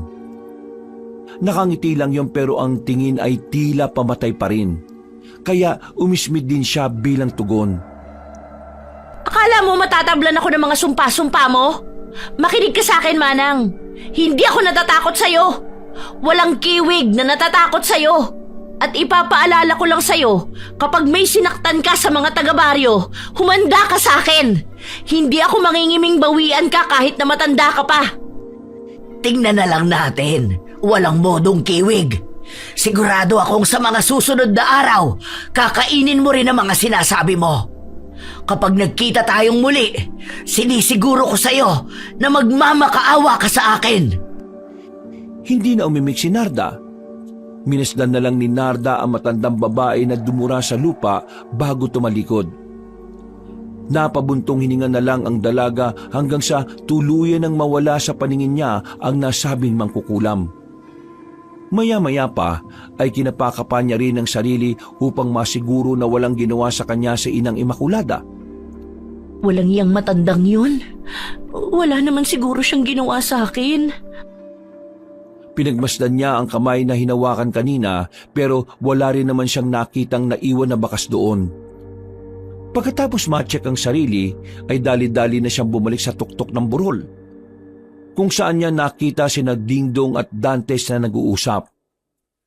Palis na sana noon ang gwapong binata pero natigilan na dahil dumating si Narda. Napatingin naman na masama ang dalaga sa kanyang pinsan habang nagtatakip ng ilong. Pagkatapos ay nagdire-diretso na lang siya papasok sa loob na hindi pinansin ng dalawa. Narinig pa niya si Dingdong na kinakausap si Dantes hanggang sa makarating siya sa kusina. Wait lang tol ha. Kakausapin ko lang yung pinsan ko saglit. Dito ka na muna ha. Pagdating ni Dingdong sa kusina ay napahinto siya dahil sa nakakatakot na tindig ni Narda habang nakatakip pa rin ng ilong. Humahalimuya kasi ng gusto para sa kanya ang amoy ng dugo ng gwapong binata sa labas ng bahay. Anong ginagawa niya rito? Bakit mo siya dinala rito? Pasensya na. Nagpumilit kasi siya na sumama at hindi ko na talaga napigil eh. Gusto niya raw kasing magpahagin dito. Alam mo naman ang sitwasyon ko, di ba? Ay nako, paano kung hindi ko makontrol ang sarili ko, Dingdong? Uy, Narda, relax ka lang at huwag kang sumigaw. Sige na. Gagawa ko na ng paraan. Hindi mo kasi naiintindihan eh. Paano kung makagawa ako ng masama? Ha? Hindi ko mapapatawad ang sarili ko kapag nasaktan ko siya. Hindi na napigil ng dalagang emosyon niya dahil na rin siya kakaisip kung ano nga ba talaga ang iginawad na sumpa sa kanya ni Inang Immaculada.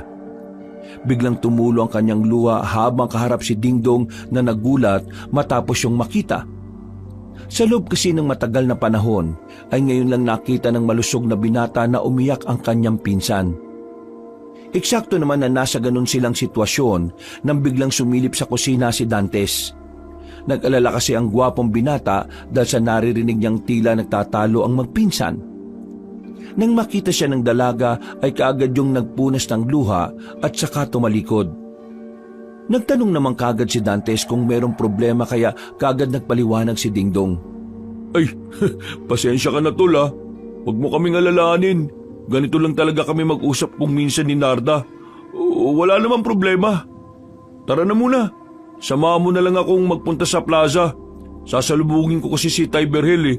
Baka may mga mabibigat yung bibit-bitin. Pagsang-ayon ni Dantes ay kagad silang lumabas ng bahay at nagtungo na sa kabahayan. Naiwan namang nag-iisa ron si Narda na tuluyan ng pumalaho sa pag-iyak sa kanyang silid. Dahil sa pag-iyak ay hindi na malaya ng dalaga na nakatulog na pala siya. Nagising siya pasado 6:00 na ng gabi at paglabas ng silid ay naabutan niya sina Tatay Berhel at Dingdong na sa likod ng bahay. Inihanda ng dalawa ang pagkain nilang 3 buhay na manok para sa hapunan. Umismid lang siya ng lingunin ng matabang pinsan. Naupo lang siya sa tabi ng ama habang tinatanggalan ng balahibo ang buhay na manok. Anak, na-impluwensya na ako nitong pinsan mo eh. Tinatanggal ko na rin yung balahibo bago lantakan ng pagkain. Hindi umimik si Narda. Tumingin lang siya sa manok na tinatanggalan ng balahibo. Nagpatuloy naman sa pagsasalita ang kanyang tatay dahil napansin ng Ginoo na parang tahimik ang magpinsan. Hoy, okay lang ba kayong dalawa ha? Ang tahimik nyo yata ngayon, Narda, Dingdong. Bakit? Magkaaway ba kayong dalawa? Ha? Okay lang naman po kami, Tiberhill. Opo, Tay. Ayos lang naman po kami. Hindi naman po kami nag-away. Ay, mabuti naman kung ganon. Ay, siya nga pala. Nabalitaan ko sa kabahayan yung mga nangyari kanina madaling araw ah. Umamin nga kayong dalawa sa akin. Sinong pumasok sa inyo sa bahay ni Mang Lapas at Aling Batchoy? Ako po, Tay. Hindi ako manghuhusga pero ipaliwanag mo sa akin kung bakit mo ginawa yon. Alam mo namang delikado yon, hindi ba? At ikaw naman, Dingdong, pagkatapos itong pinsan mo magpaliwanag, sabihin mo naman sa akin kung bakit hindi mo pinigilan tong pinsan mo. Tay, wala pong kasalanan dito si Ding. Ako lang po ang may kagustuhan ng mga nangyari. Unang ipinaliwanag ng dalaga ang dahilan kung bakit niya tinakot si Aling Batchoy. Yun ay dahil gusto niyang bigyan ng leksyon ng ginang dahil sa mga ginawa nitong hindi maganda. Tungkol naman sa pagpasok sa bakuran ni Mang Lapas, ay sinabi niyang hindi niya kontrolado ang sarili dahil nga nahuhumaling siya sa amoy ng dugo ni Dantes. Nang marinig yun ni Tatay Berhel, ay nag-alala siya para sa anak. Itinigil niya saglit ang pagtatanggal ng balahibo sa manok sa kinausap ng masinsina ng dalawa. Mabuti na lang at sinabi mo kagad ang tungkol dyan. Pagkatapos natin kumain, magpupunta ako sa isang kakilalang albularyo para mabigyan ka ng pansamantalang gamot. Salamat po, Tay. Nang matapos na nilang kainin ang buhay na manok, ay nag-ayos na nga kagad ang sarili si Tatay Berhel. At katulad ng sinabi niya kanina, umalis siya ng bahay para tunguin ang lugar ni Cabentura. Si Cabentura ay isang albularyo na matagal ng panahon ng kaibigan ng kanilang pamilya. Naiwan sa bahay ang magpinsan at takbilin pa ang Ginoo kay Dingdong na bantayan muna si Narda. Baka kasi umatake na naman ang matinding pangamoy ng dalaga. At mabilis na namang lumipas ang oras. Pasado 12:00 ng hating gabi ay bigla na lang bumangon si Narda sa kama. Nakaramdam na naman kasi siya ng kakaibang init hanggang sa sumingot-singot siya sa hangin. Wala sa sariling inamoy-amoy niya ang paligid hanggang sa maabot nito ang kinaroroonan ni Dantes. Biglang namilog ang mga mata ni Narda at unti-unti siyang nahumaling sa amoy ng gwapong binata. Pero sa kabilang banda, nangamba rin siya dahil alam niya ngayon na hindi niya makukontrol ang sarili. Habang naglalaway ay pinaglalabanan niya ang sarili. Kumapit siya sa gilid at kinalmot ang mga braso upang magising sa katotohanan. Unti-unting nagpaiba-iba ang kanyang itsura. Nagiging aso, nagiging pusa, at nagiging baboy hanggang sa mapasigaw na siya ng tuluyan. Ding-dong! Napamulagat ang matamang binata at dali-daling nagtungo sa kwarto ni Narda. Pagbukas niya ng pinto ay ganun na lang ang gulat niya sa nakita. Nag-anyong kiwig na kasi ang dalaga pero ang ulo niya ay sa baboy, ang katawan ay sa aso habang ang paa naman ay sa pusa. Naglalaway din siya at sobrang namumula ang mga mata na parang dumudugo na. Anong nangyari sa iyo, Narda? Hindi ko alam. Hindi ko makontrol ang pagbabagong anyo ko. Mukhang may ginawa yung mangkukulam na yun sa akin kaninang umaga sa gubat. Ha? Anong sinabi mo? Yung mangkukulam sa kakahuyan kanina. Nakaharap ko siya kaninang umaga. Nilinlang niya ako tapos nagpalipad hangin siya sa akin. Hindi ko na alam. Hindi ko na alam. Humiyaw ng malakas ang dalaga hanggang sa tuluyan na siyang magsaan yung baboy. Nagulat naman si Dingdong sa nangyari kaya napasandal ang binatang malusog sa gilid habang pinagmamasdan ng anyong baboy na pinsan. Narda, ayos ka lang ba? Huni ng baboy ang itinugon ng dalaga at pagkatapos ay sa kanya binundol ang pinsan na tumalsik sa labas ng silid. Pagkatapos noon ay tumakbo na siya palabas ng bahay kaya kaagad naman umaksyon na rin si Dingdong. Nagsaan yung kiwig ang matabang binata at tinabol si Narda na pababa na sa burol. Narda! Saan ka pupunta? Tumigil ka! Nang malapit na niyang maabot ang dalaga, saka to nag-anyong pusa na kasing laki ng tao. Parang nawala na to sa sarili na bigla siyang inatake. Nagpang-abot sila at nagpagulong-gulong pababa ng burol hanggang sa bigla siyang dambahin ng dalawang kiwig na parang nauulol na. Narda, magulos dili ka! Ano ba? Tumigil ka at paglabanan mo ang anuman nangyayari sa'yo! Hindi ka mahinang kiwig! Habang nakadagan kay Dingdong ay biglang natigilan si Narda. Para siyang natauhan sa sinabi ng kanyang pinsan kaya dali-dali rin bumalik ang anyo niya sa dati. Hingal silang nakatitigan habang napapahilamos ng mukha ang dalaga. Nasaktan ba kita? Ha? Hindi naman masyado. Pero makinig ka, Narda. Huminaon ka lang, okay? Para unti-unti mong makontrol ang sarili mo. Mamaya lang parating na si Tiberhill at dala ang gamot na makakatulong sa'yo. Hindi pa man natatapos ng malusog na binata ang pagsasalita ay naramdaman na niya na parang nagsisimula na namang mag-iba ang hilatya ng mukha ng kanyang pinsan. Napapasinggot na naman si Narda sa hangin at nang maabot ulit ng pang-amoy niya ang kinaroroonan ni Dantes ay nawala na naman siya sa sarili. Galit at naglalaway niyang pinagmasdan si Dingdong habang dinadaganan. Pagkatapos ay inundayan niya to ng maraming suntok hanggang sa mawala ng malay. Nang masigurong hindi na siya masusundan ng binatang mataba, ay dali-dali siyang umalis sa lugar na yon at nagpunta sa kabahayan. Pulang-pula ang mga mata niya at patuloy pa rin sa paglalaway habang patalon-talon at palipat-lipat sa mga kapunuan. Huminto siya nang marating ang tapat ng bakuran ng bahay ni Mang Lapas. Tumalon siya papasok sa loob ng bakuran at tumayo sa tapat ng bintana ng kwarto ni Dantes. Muli siyang napasinghap habang dinudungaw ang gwapong lalaki na tulog. Nang sisirain na niya ang bintana, ay bigla siyang tumigil. Tila naglaban na naman ang kanyang sarili sa pagnanais niyang matikman ang sariwang dugo ng binata. Utang na loob, Narda. Kontrolin mo ang sarili mo. Kapag hindi mo ginawa to, siguradong pagsisisihan mo ang gagawin mo sa taong yan.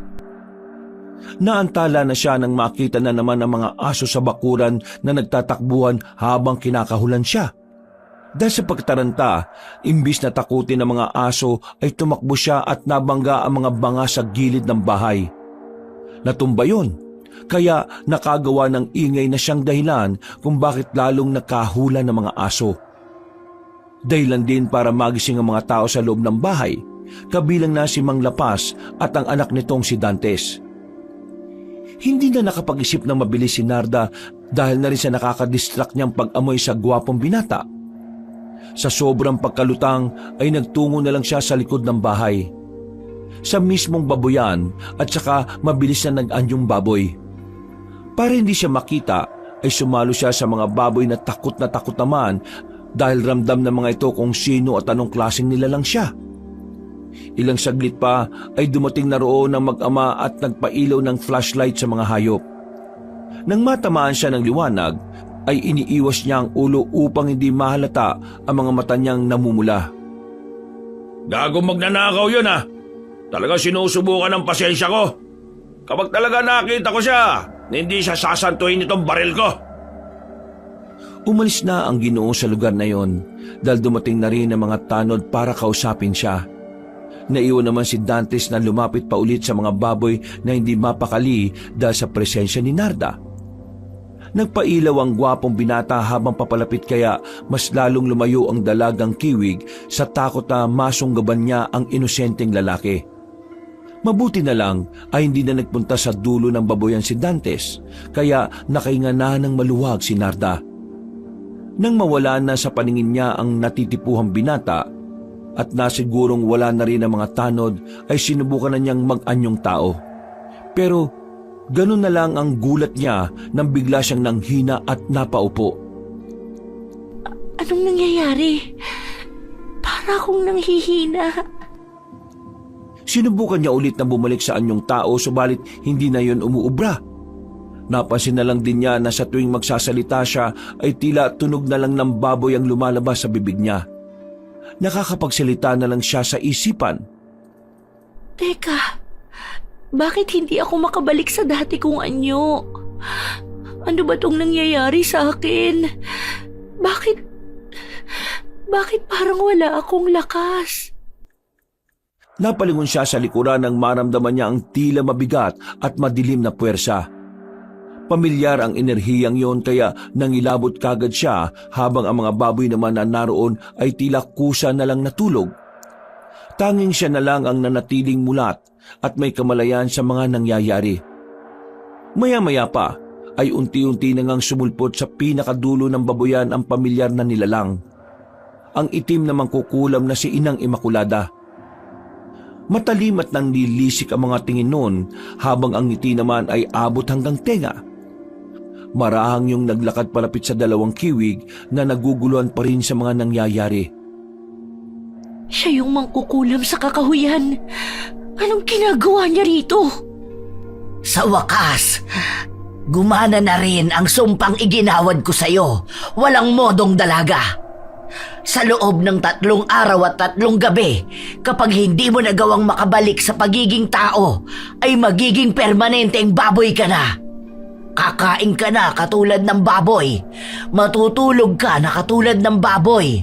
At ngangawa ka ng katulad ng isang baboy. Anong sinasabi mong matanda ka? Kung ganon, ikaw ang may gawa nito sa akin kung bakit ako hindi makabalik sa anyong tao. Walang iya kang matandang mangkukulam ka! Ibalik mo ako sa dati! Ibalik mo ako! Huwag kang umiyak-iyak, dalagang baboy. Dahil baka kapag naingayan sa'yo ang amo mo, ikaw na ang isunod niyang lutuin.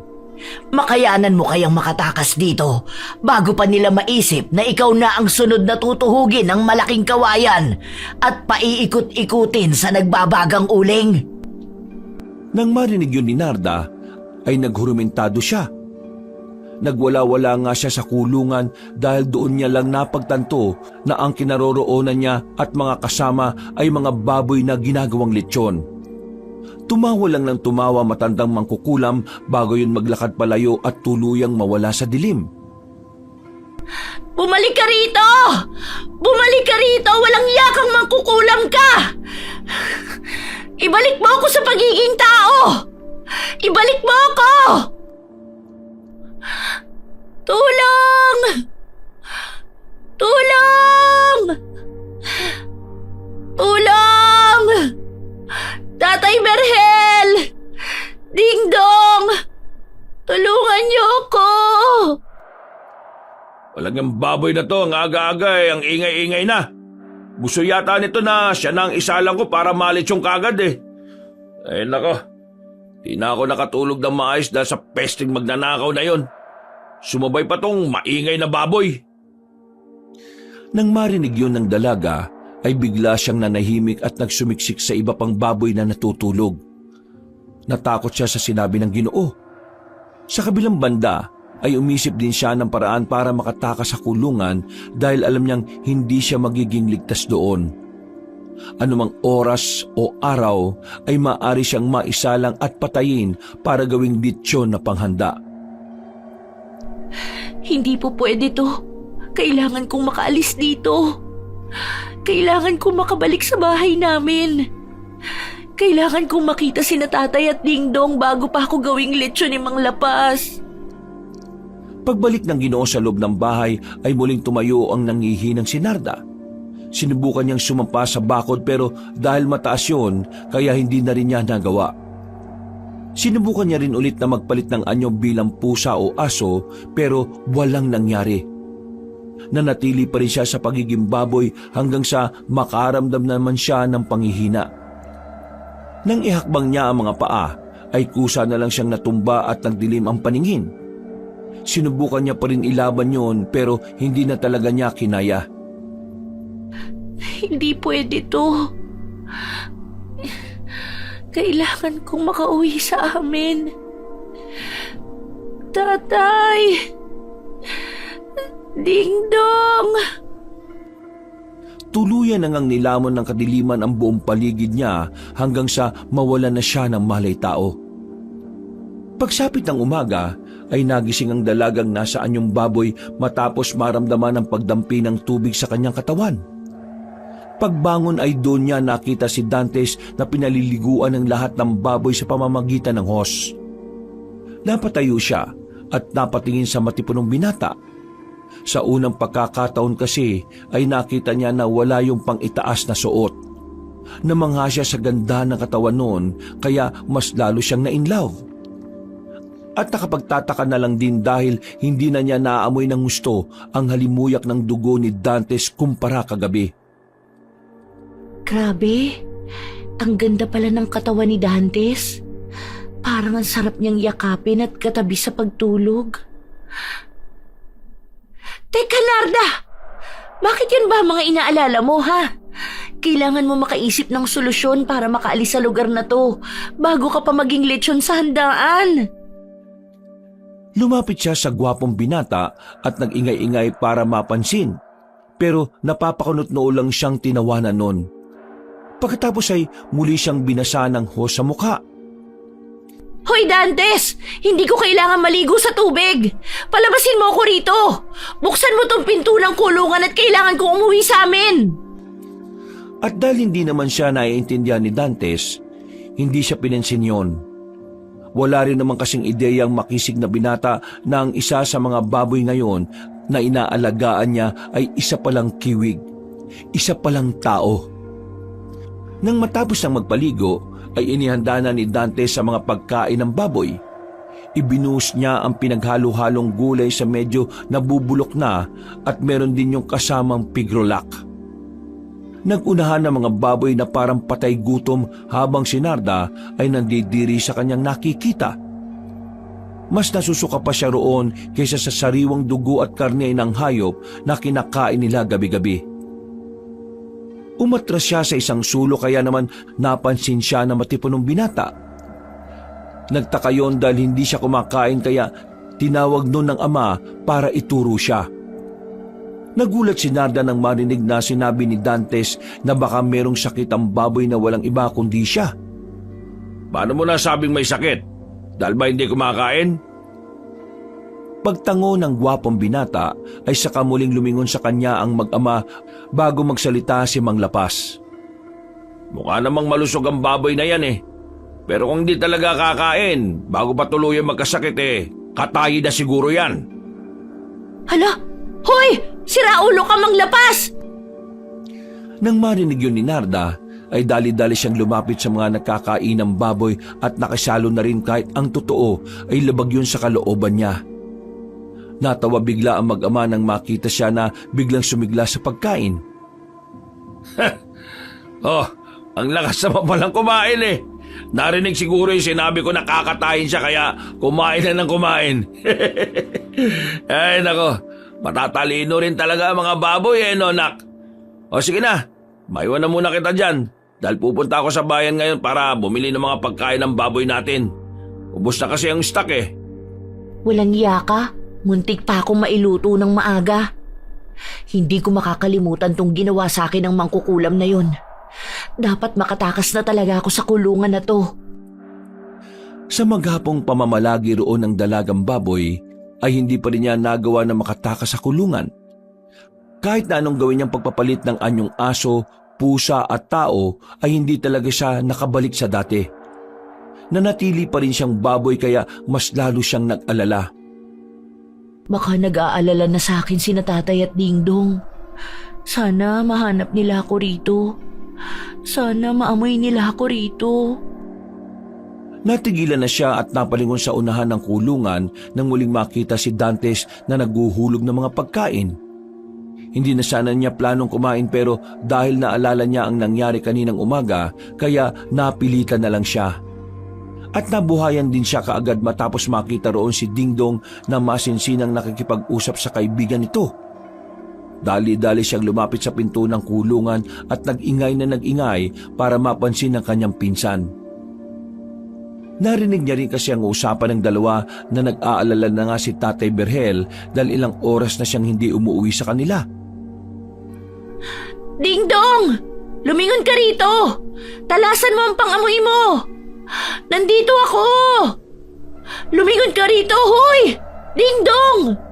Please naman! Kung may oras ka tol patulungan mo sana ako sa paghanap. Si Tay Berel, nagpapatulong na rin sa mga tanod eh.